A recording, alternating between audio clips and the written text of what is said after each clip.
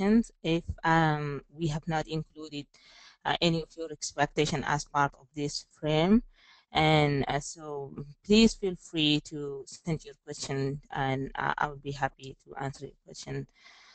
First of all, historically, Darfur, the word Darfur is a two-part, or is one word, but it's a combination of two parts, Dar and then for.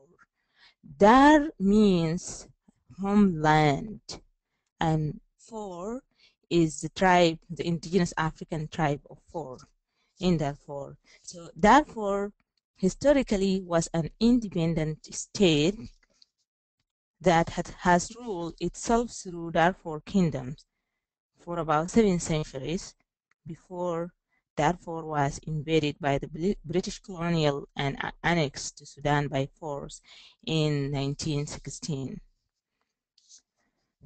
So during the Darfur Kingdom, Darfur has witnessed a massive wave of Arab migration of mainly religious leaders, trade and marshals to the region from North West Africa and the Middle East, which later on has impacted the social dynamics of life in Darfur.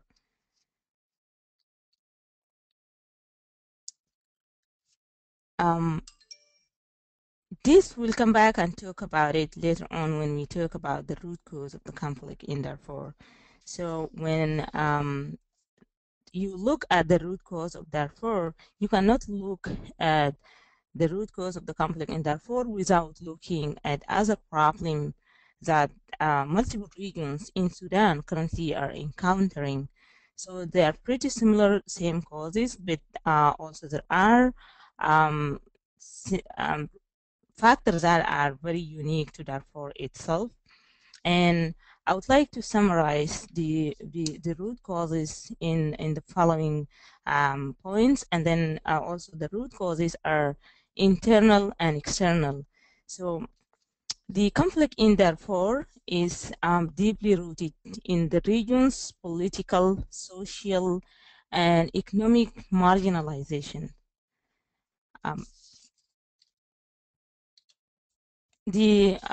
Historically, Darfur has been marginalized by the central government in Khartoum, and also economically has been very weakened and isolated, and the government has succeeded in manipulating the wealth and the power in the country without allowing the people of Darfur to taking part in the social or political life of the Sudanese history. And there's also there is one of the major factors is the idea of superiority and inequality in Sudan. Like being an African is always associated with being inferior, less valuable, and being an Arab always associated to power, economic, and being superior.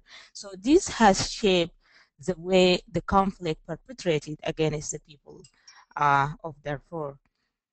Then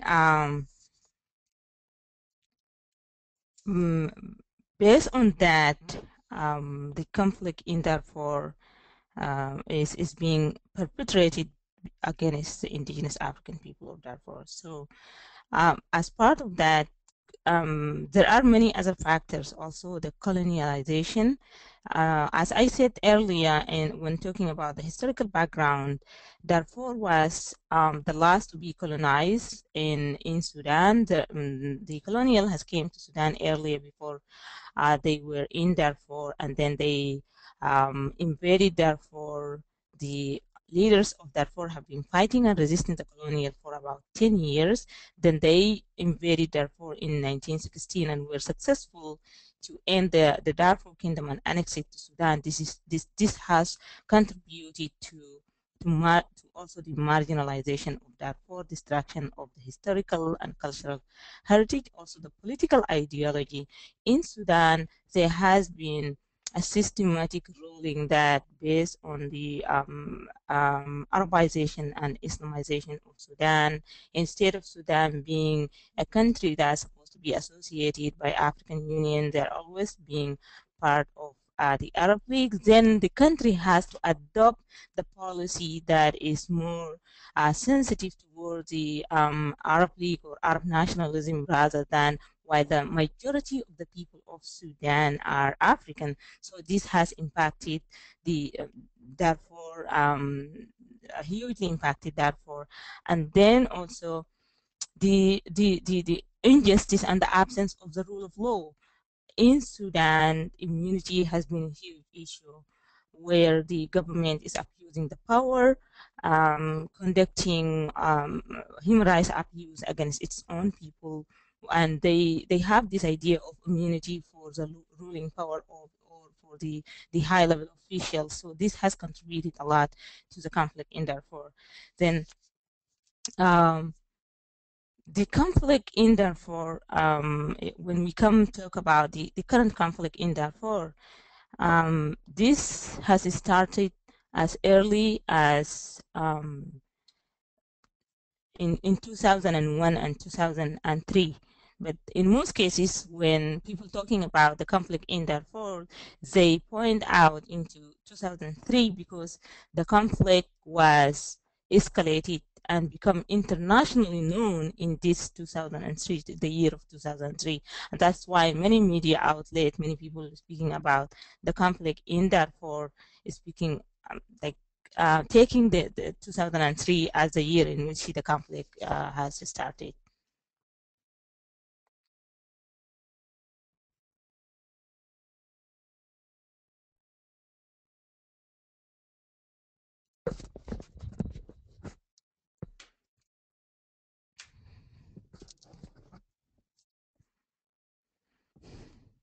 So basically, the in 2000 early late 2001 and early 2003, the government of Sudan has started mobilizing and trained, equipped militias from Arab tribes and ordered them to attack a specific group in Darfur. The targeted groups are basically the Four, the Masalit, and the Zagawa. And as a result of that, this group is launched a large-scale attack against these indigenous people in Darfur by killing people, bombing their villages, destroying villages, and ordering rape against women and girls, and also looting people's property. They're going around village after village, house after house to make sure that they burn all the villages and they destroyed it completely. They killed everybody and raping women and girls in an attempt to destroy the the social fabric of the Darfuri people and to force these people to flee. So this resulted in the killing of over 400,000 people, displacement of over 3 million people. Out of these 3 million people, 2.7 million were living and is still living in the internal displaced camp in Darfur. Over 4,000 villages are completely destroyed to the ground. The government also started bringing Arab tribes from the neighboring countries of Mali, Niger, Central African Republic, and resettled them in this Darfuri IDP's land that they were forced to leave their land, and then this land left for them as a reward because these groups have fought aside with the government to remove these people out of their land. Rape has been used also as a weapon of war in the fight in Darfur and is still happening right now. So merely this is the strategy by the central government that has used killing people, burning their homes, destroying water sources, destroying their homes, and raping their women. So this has impacted the Darfuri societies in many different ways, and created a huge international attention, because there has been a mobilization around the Darfur issue. Yeah, most of you may have heard of it in 2003 and 2004. There has been a huge international mobilization, and as a result of that, there has been um, some international attention and international responses by the international community. Here in the United States, the President George Bush declared the crisis in Darfur as a genocide in 2004. And in 2005, the UN Security Council has appointed the International Commission of Inquiry to investigate the crimes committed in Darfur. And there has been a huge mobilization to get humanitarian assistance into Darfur. So there are many international relief organizations went into Darfur to provide or deliver humanitarian assistance to the affected communities in Darfur. There also has been several attempts to negotiate peace agreement between the Darfuri rebel fighting the government from a side, and there has been negotiation that hosted in Abuja, Nigeria. But what happened to all of this effort? The situation declared as a genocide, but there hasn't been enough responses to the crisis in Darfur. And then the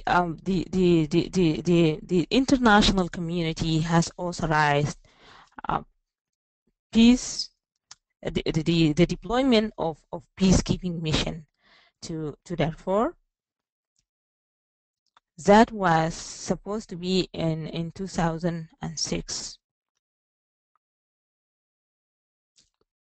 It took them 2 years to deploy the troop, and they ended up deploying the Joint African Union United Nations mission, which is known as UNAMID, that is operating today in Darfur. But most of these attempts have been a failure. First, going back to the deployment of UNAMID, the troops are deployed, they have a weak mandate. When the government army and the Janjaweed attacking civilians, they cannot protect them. And in most cases, they need a permission to go down to verify incident or write report about what happened on the ground. So there is a huge issue with civilian protection. There has been 3 peace agreements that were signed, but unfortunately, these peace agreements were a failure, because the government of Sudan has no commitment to implement any of those agreements. And the peace agreement in the first place has not addressed the root cause of the issue, has not included the Darfuri demand for peace. And then after all of that, there was a partial agreement that was signed in Abuja in 2006. And in between 2007 and 2008, there is another peace agreement that signed with a faction from the Sudan Liberation Movement. And recently, there is a Doha peace agreement that was signed, but none of this agreement has been implemented because of lack of commitment and lack of political will from the government of Sudan. And also, there is weak responses from the international community. When you have peace agreement signed, there is 2 parties to that peace agreement. There should be mechanism in place when people are not abide by that agreement. So there should be accountability mechanism. So international community has not prioritized that, and that is why Sudan government has learned the weak position, that the international community has a weak position. Then they continue to buy time to do this agreement, but they never implemented those agreements. And back then also, when several attempts to achieve peace to Darfur has failed, the international community, the UN Security Council member came back and unanimously they referred the case of Darfur to the International Criminal Court, the ICC. In 2005, 2006, the ICC has gone to Darfur and investigated. They found that the government of Sudan and the militias of Janjaweed committed genocide, war crimes, and crimes against humanity.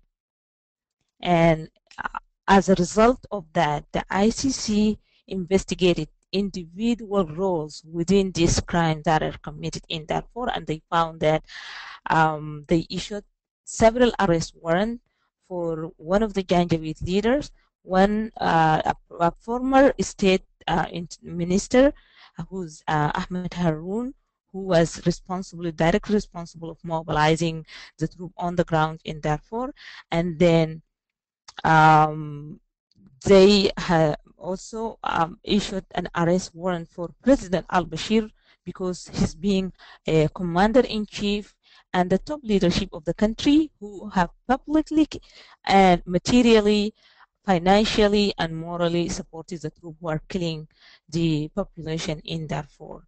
So in addition, in 2010, there was an arrest warrant by the ICC also issued against the Abdurrahim Hussein, who is the Ministry of Interior.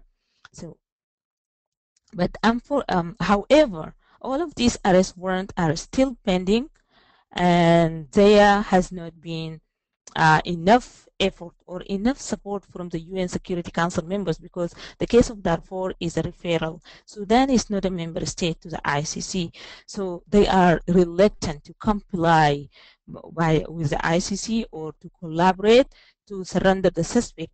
Then they continue to seek support from their allies within the African Union, within the Arab League, and Bashir continued to defy the ICC arrest warrant, but also the UN Security Council members has not done enough, and they failed to put more pressure on Sudan to surrender the wanted individual because of the crime committed in Darfur.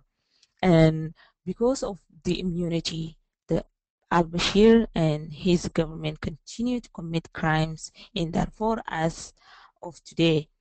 And because of weak responses from the international community and lack of a strong position by the member state of the ICC or the member state of the UN Security Council members, so Bashir and the three other suspects remain fugitive of justice, and they are still defying and obstructing the ICC to continue to proceed to bring them to justice.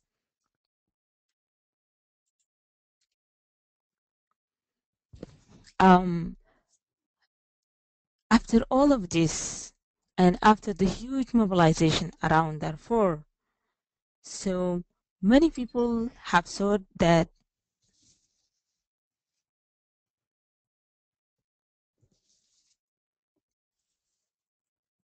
I will stop here and will let you with Matt, and then we'll come back and continue to talk about the current situation in Darfur.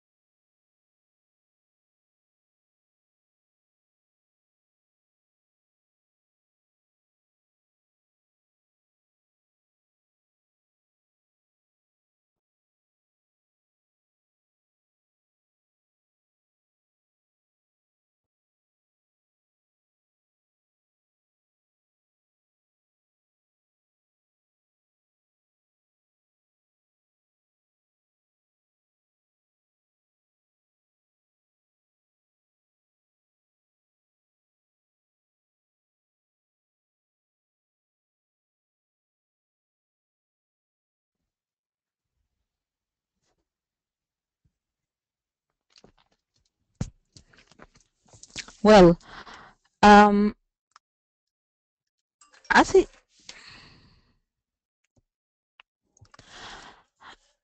as I said, if we come back and ask ourselves where we are right now, um, as earlier I have mentioned that there has been a huge mobilization around Darfur, and there has been some of the international effort, like the deployment of Unamid troops and the ICC investigation and ICC arrest warrant, and several attempts for peace negotiation and 3 peace agreements that were signed. So many people have thought that Darfur is now over. It must have been resolved.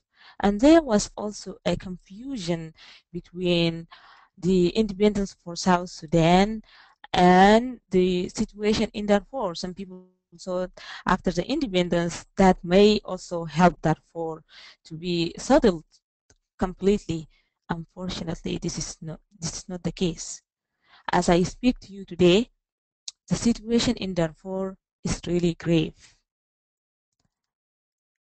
Just in this year of 2012, and as I speak to you today, there has been continued attack against innocent civilians, aerial bombing, ground attacks by the Janjaweed and Sudanese armed forces, attacks against villages, and attacks against the internal displaced camps, even those the most helpless people who have been living under this makeshift shelters for 10 years now, they are still attacked.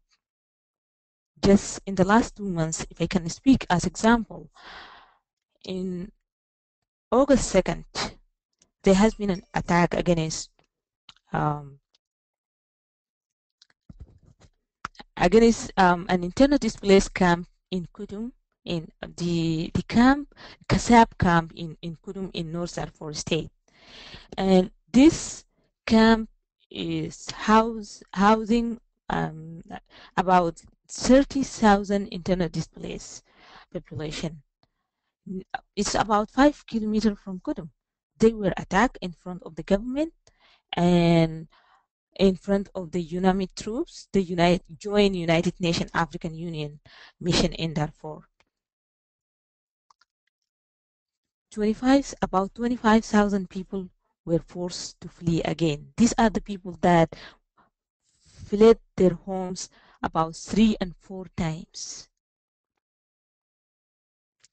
There has been cases of abduction of civilians in and outside the cities and outside the camps. The same around the same time in which Kasab camp was attacked, there has been attack around Shangil Tubaya between Al Fashir and Niala. This is the main capital cities of North and South Darfur. And the ongoing bombing in the eastern part of Jabal Mara and far north. Again, there has been a large-scale attack that happened in between September 26th to September 30th in an area called Hashaba. The government army jointly with Janjaweed and with accompanied with aerial bombardment, they attack a village. Just in one day, they killed over 100 people, and they displaced people. Several people gone missing, and there has not been any condemnation from the international community. And these UNAMID troops were unable to go because they have to obtain a permission from the Sudanese government before they could go to the place to verify these incidents. There has been report talking to people from on the ground. There has been report about civilians abduction, systematic sexual violence against women and girls, particularly from those who are living currently in the internally displaced camps. The humanitarian situation has been facing extreme restriction. Most of NGOs who were providing life-saving assistance for the Darfuri population and for the internally displaced camps in Darfur were kicked by the government back in 2009 when the arrest warrant against President al-Bashir was issued by the ICC.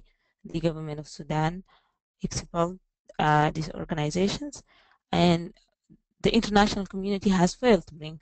There are few organizations remain there. There are some UN agencies, but even for those few remaining organizations today, the restrictions placed by the Sudanese government is just huge. And in most cases, they only confine to the major cities of the three Darfur state, Al-Fashir, Niala, and Al-Junaina. They cannot go out because the humanitarian themselves are constantly attacked by the Janjaweed and government army, the car hijacking, abduction of humanitarian workers, and direct attack against them and restriction placed by the government. And recently, I've been talking to some of the humanitarian workers.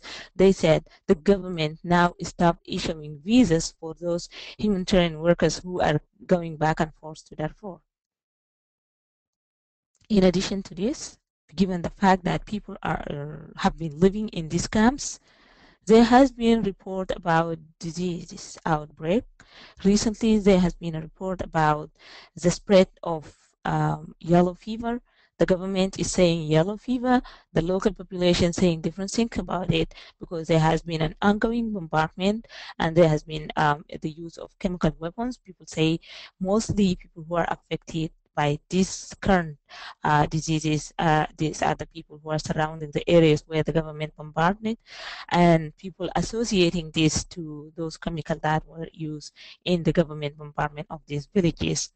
But also, there are so many other factors that these people have been living in these camps for 10 years with suffering starvation, lack of health assistance, lack of sanitation, water shortage. So they are vulnerable to these diseases. And in the last 2 weeks, there has been a report about in one area 90 people dead in one day.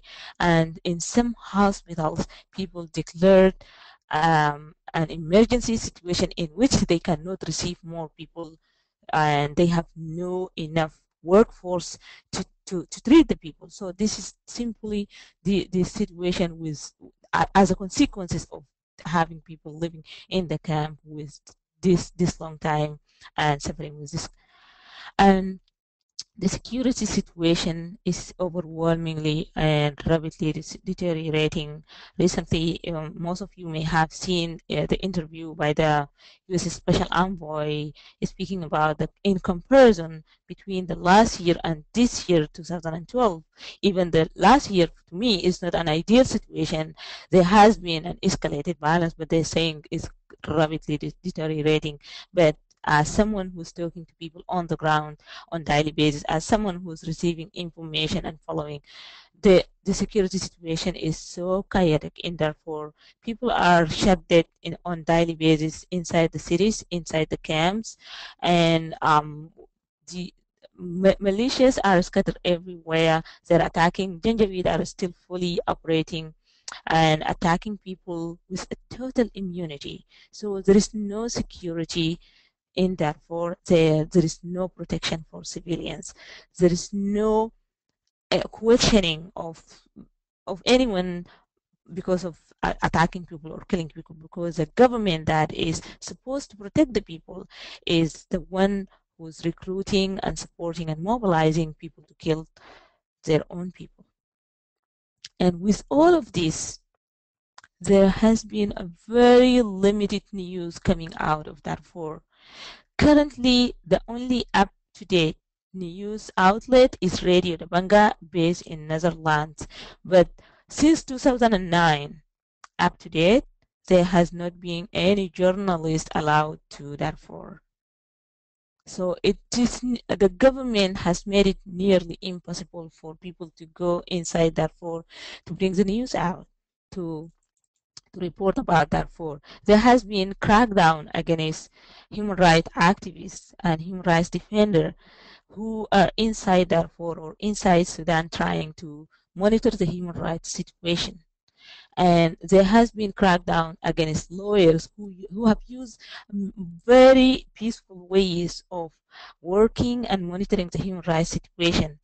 And there has been crackdown against journalists, students, even systematic attack against Darfuri who are not in Darfur. Students who are in Khartoum, they go to college, they go to school, they are constantly abducted, arrested, and tortured. And there has been reports of rape against Darfuri students who were in detention by the Sudanese government.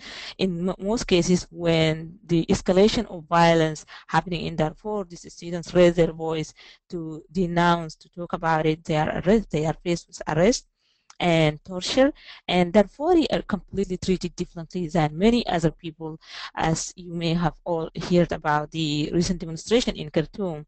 The government would arrest students from different parts of Sudan, but the treatment for Darfuri is completely different, and they are the most tortured. They are the most, in most cases, sometimes they just kill the student and throw them at the street. And with all of this, there hasn't been enough international attention to the issue because of many other violence that is going throughout the country, given the fact about South Kordofan, the Blue Nile, and then also the Arab Spring, the situation in Syria and in many other countries. So the international community's attention has shifted from Darfur, and then this is the best case for the government of Sudan.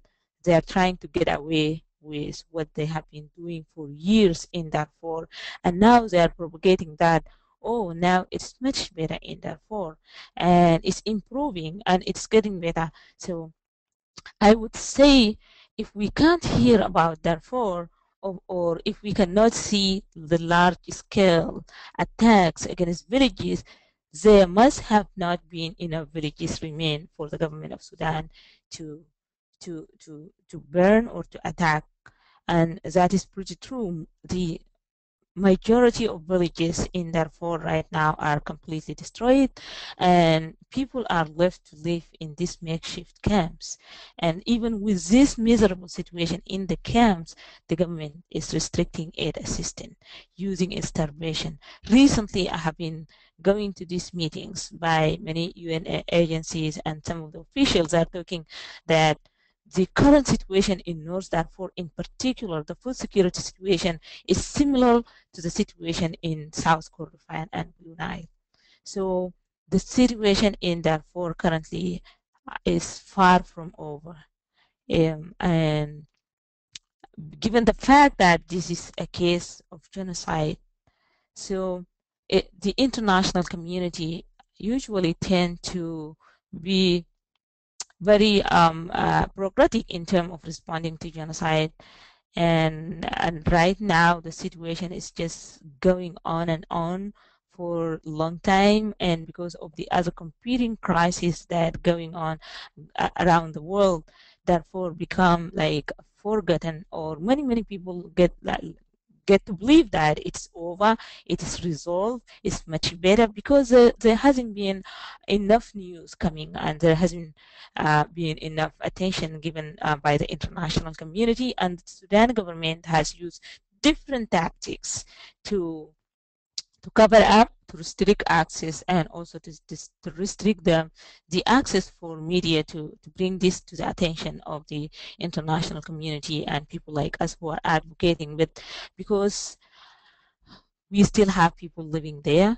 There are still people who are suffering, and we are getting the news directly from our people. And if you can check Radio Dabanga, it is based in the Netherlands, but they are broadcasting news from Darfur. But they also, there is so many restriction placed on this Radio Dabanga, because they were depending on journalists from within Sudan to report for them, or also they are contacting directly the internet displaced people and the activists to get the news out. So there has been crackdown against people who are working for this Radio Dabanga, and then so that has placed more restriction over people access to communication and information, or just getting the information outside of Darfur. So in in in in conclusion, that the situation in Darfur is not over, and the situation right now is back to what it was exactly like in 2003, 2004, when there is large scale attacks, but there is no enough attention given to the situation right now. So what I can tell, what need to be done right now, if you ask me what need to be done, or if we ask ourselves what need to be done, I think civilian protection should be prioritized, and we all should demand that civilian protection should be a top priority for the international community in Darfur right now.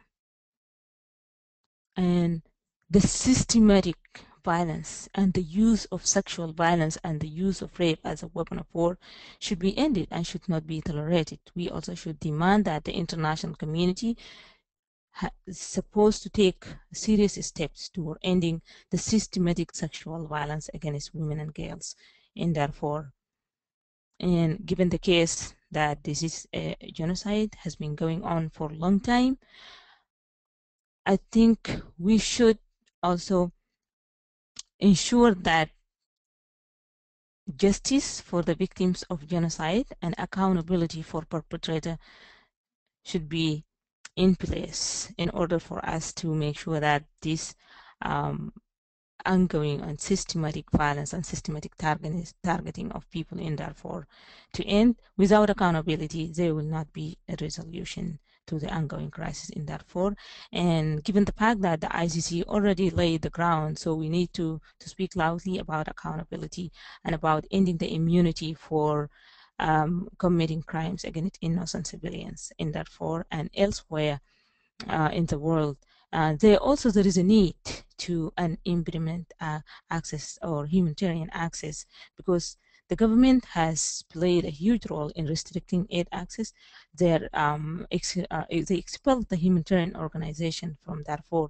So in order to keep those who are still suffering alive, there is an urgent need for humanitarian, and the flow of humanitarian access should not be allowed for the Sudan government to determine where to let them go and where to restrict them, but the international community should be able to put more pressure on the Sudanese government to allow aid access, because in usually the protection of civilians and the protection of the well-being of civilians should be the first responsibility of the Sudanese government. But in this case, the Sudan government and the Sudanese government is the one who attacked the people, and it's not only attacking them, but is restricting it humanitarian access to these very people who are in need of the humanitarian access.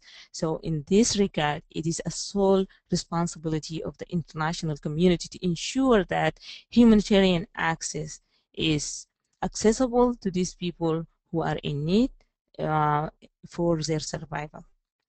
And the security situation need to be improved.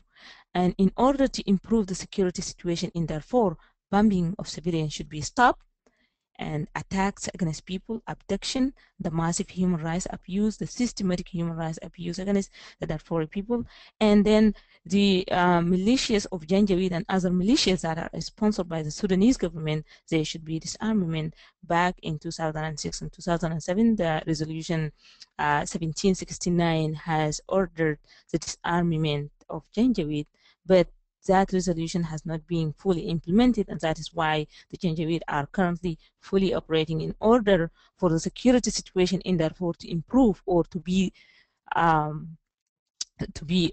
meaningful protection of civilians in Darfur, a disarmament of Janjaweed need to be implemented, and also maintaining or creating a ceasefire, verifiable ceasefire between the government of Sudan and the rebel movements in Darfur, so that in order for the situation to improve. And then finally, all of these without a sustainable peace or a comprehensive agreement that can bring everybody together. So then there is a need for a credible, genuine, and comprehensive peace agreement to be in place in Darfur and all of Sudan in order for people to be protected and to live in peace.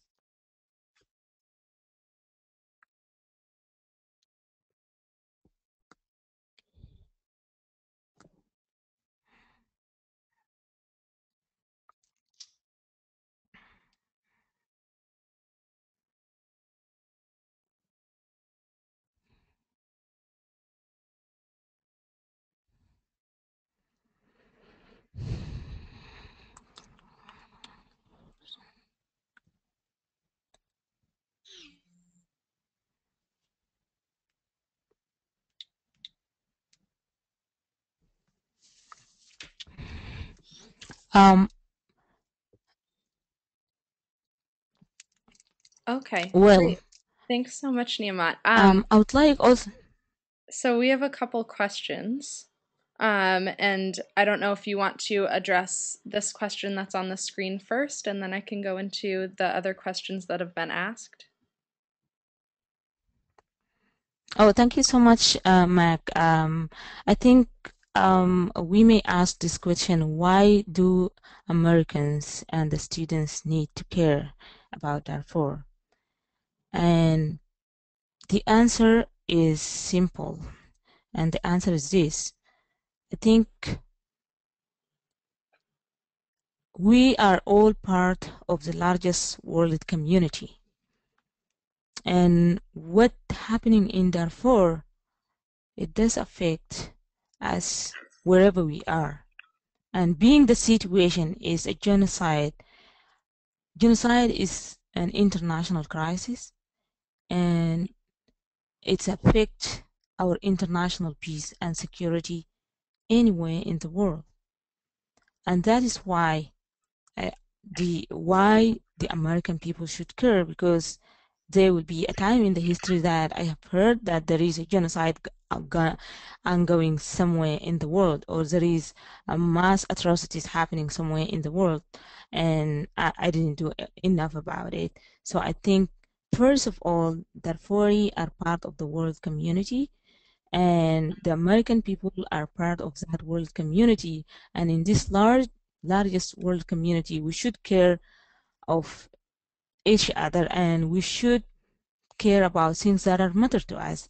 And number two, genocide is horrible, and in our moral interest to stand up for people who are in need, for us to speak for them, to to enable them to speak and to stand for them, and to make sure that this should not be allowed to continue to happen.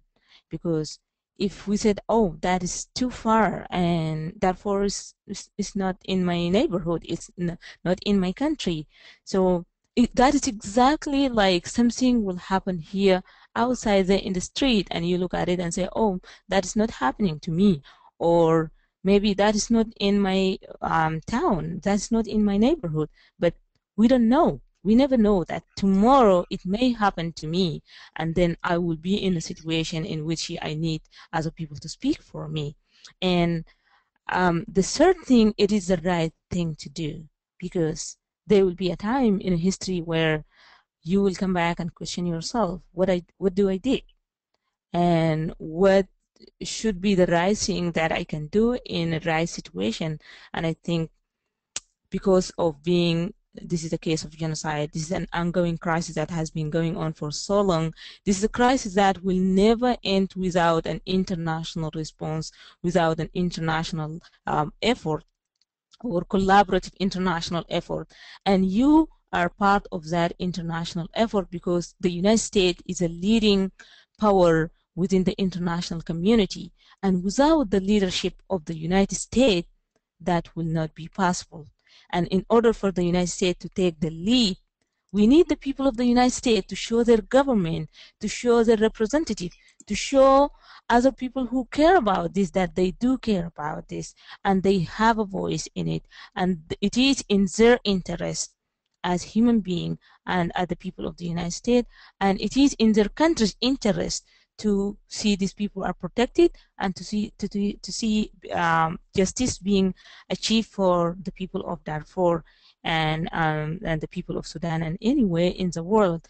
And that is why I think, and why should the students care? I'm always very motivated to speak to students and to share with them and to see them doing something.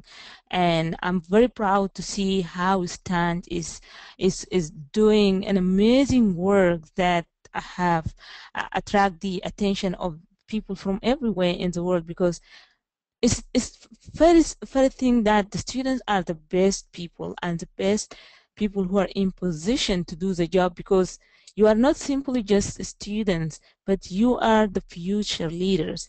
And I was just telling my colleague, and I was just speaking to students today who have visited our office, that we have been working on these issues, and one hope that we have, that is educating the young people. So at least in the future, if there is any issues like this, when we speak, we find someone who have an in-depth knowledge, have understanding, but they have the will to do something because they know about it and they have organized way back when they were students, but now they are leaders and they are in a best position to take action and to end this. And without educating yourself, without exercising this, you will not be that leaders. And I'm pretty sure, and I'm optimistic, and I'm hopeful that you will be that kind of leaders that we are looking to have them in our community, in our leadership. Great. So we have one poll for folks, and then we have a bunch of questions. If anyone else has any questions, you can feel free to put them in the box now, or ask them via Twitter. So Matthew will be putting a poll on your screen right about now.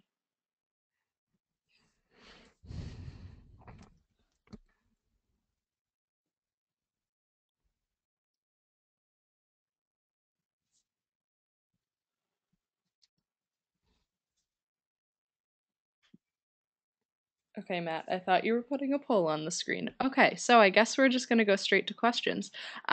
So the first question that we have is from Brian Brown, and he is asking, what is the role of drought in driving the Janjaweed to attack civilian populations? Well, did you say drought? Yes. Well, as speaking about the root cause of the conflict and looking at the climate change and the drought, to be honest, the drought has not been a factor in this kind of situation. Looking at other areas where there is a drought and desertifications, but that is not a good reason for people to attack each other. And I think the Janjaweed and the government has an intent to mobilize and direct these people to attack the people. So, and Darfur is very large, and there is a huge land that is not used by either the farmer or the herders. And back in the history, these farmers and herders are living in one neighborhood. The herders are grazing and the farmers are farming, and there never has been a situation in which that the drought has caused a problem for them. And looking at many literature that is written outside there, but in most of these cases, people are assuming that the problem in Darfur is just like Somalia, where it is a nomadic community and these people are fighting. Like I was in a discussion where one of the academics was talking about this, but this is not a factor. So in order for the Janjaweed and the government of Sudan to commit genocide, it's not just this is a natural disaster that drive by drought, but it is a systematic intent. And I would say the factors that I have pointed out are pretty similar, because there is an intent by the government to commit a genocide, where like you label people as these are Black African that are less valuable, so that you make them vulnerable, and then also you have made them vulnerable to be attacked, and then the government literally and clearly militarize and equip these people to attack them. It's not about people are competing because of lack of resources. Darfur is one of the richest region in Sudan, and Sudan is the richest country in Africa, but because of the intent, because of lack of accountability, because of injustice and the absence of the rule of law, and that is why, because the government has an intent to eliminate these people. Okay, thank you, Niemat. The next question comes from John Dixon, who is asking, do you think that regime change in Khartoum is a necessary ingredient of any realistic plan for peace in Darfur? Well, this is a very good question, I think, and just like, to be honest, when you look at the government track record, the before Darfur, the conflict in South Sudan has killed over 2 million people, and right now we are speaking about Darfur that killed over 400,000 people. The same government, the same regime, and currently the government is attacking its own people in South Kordofan and Blue Nile, and systematically they have used the same strategy in Darfur to starve people, to kill people by starvation. The same time right now they are using it in Blue Nile and South Kordofan, and Darfur is still burning. So, and then within Khartoum itself, within the capital of Sudan, they are committing massive human rights abuses, abducting people, torturing, killing, and raping women. And so, what you like, even if today Al Bashir is arrested, I think it's still the National Congress Party's policies has been very destructive to the people of Sudan. And I think in order for the Sudanese people to live in peace, they need to have this criminal government out of the picture. And it's just like, if you can think with me, if to be honest, like, I don't see that this government is sincere in bringing peace or transforming the country toward a democratic country. There has been several attempts in the last over the last 23 years, and they are not a legitimate government in the first place. They came to power by coup, but they use every single means to destroy their own people, and they have used all means to rig the election that over the last 2 years have been conducted. And right now they are still willing, and then they have the appetite to continue to kill more people. So when in a situation like this, what you can do to change the situation, so to eliminate the factor that is destructive rather than constructive. Thank you. So the next question is from Anne Sarnak, who is asking, which is more of a priority at this point? Trying to get more humanitarian aid to Darfur, which might have to be achieved by negotiation with the current regime, or ending impunity for al-Bashir and those who are perpetrating mass atrocities? Well, this is a very good question, I think. Um, when in a situation like in Darfur, the justice and accountability cannot be compromised. But also, while you are pursuing justice and accountability, these people need to survive. These people have to be able to live their life. And then in a situation like Darfur, this isn't a situation in which you wait for the perpetrator to allow their victims to whether to survive or not, because Sudan government is not a legitimate government. Since they started killing their own people, I don't think they are in position to protect them.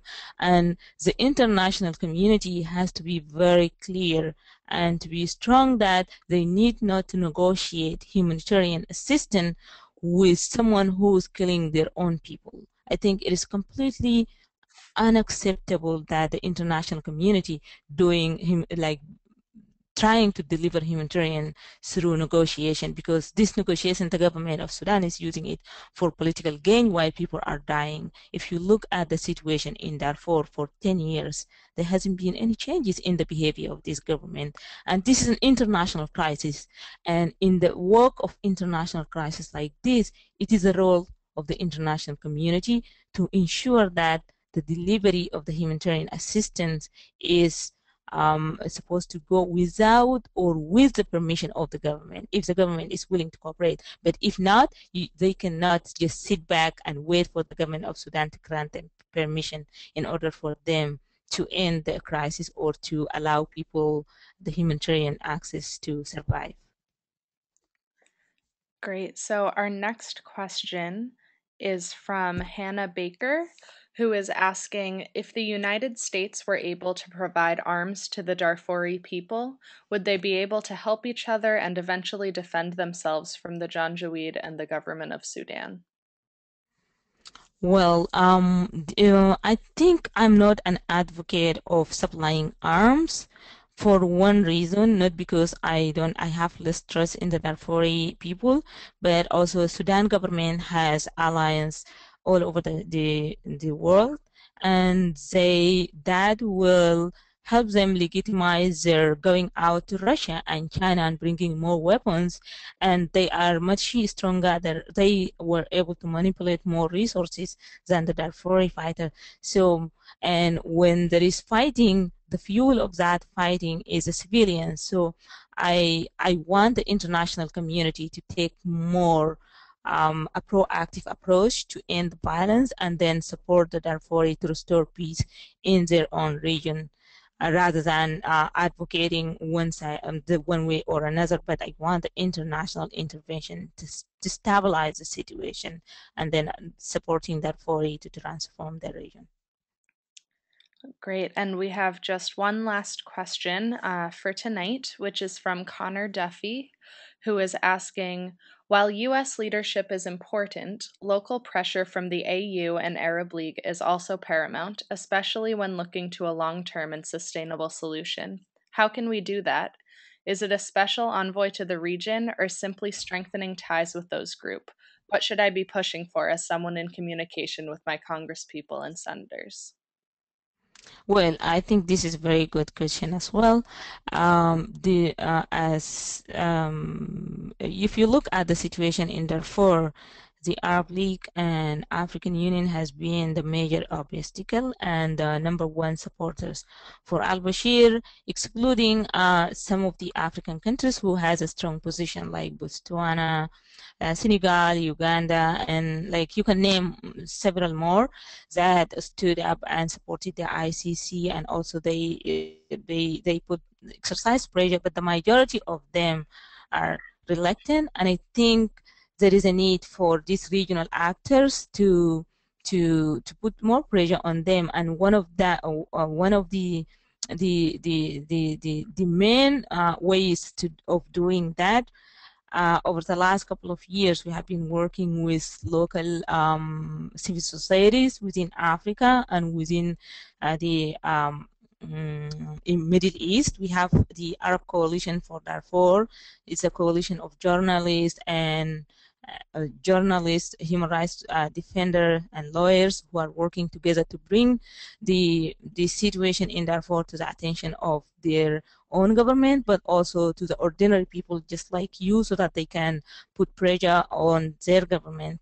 And then the African Union, but also is still pressure from Congress. I know that the United States has strong allies within Africa, within the Middle East, and talking to your representative at the Congress, I think it's is paramountly important to ensure that the Congress is leveraging the U.S. connections and the U.S. Alliances within these regions, like within the African Union and the Middle East or Arab states, in order for them to influence the direction toward like isolating Bashir government and also doing the right thing to end the conflict. But also there is a need for advocacy group like us and many others to work with civil societies in those regions, because sometimes when we speak here, they may not listen, but if there are local groups, so we are collaborating with those groups. And we have also diaspora organization in Europe, in Africa, in the Middle East, who are working. It may not be the same activism as here in the United States because of the political environment, but it is overwhelmingly and it's like particularly important in terms of influencing the situation in Darfur. Great. Thank you so much, Niemat. So I'm just going to highlight a couple of things that Stand is doing just so that um, people are aware of different opportunities to stay involved with these issues. We are hoping to do some more webinars coming up. And we also have weekly news briefs that the education team works on. So we have a Sudan coordinator, a Burma coordinator, a Democratic Republic of the Congo coordinator, and we're working on hiring our Syria coordinator. So all of these folks are staying very up to date with these conflicts as they continue and as they emerge.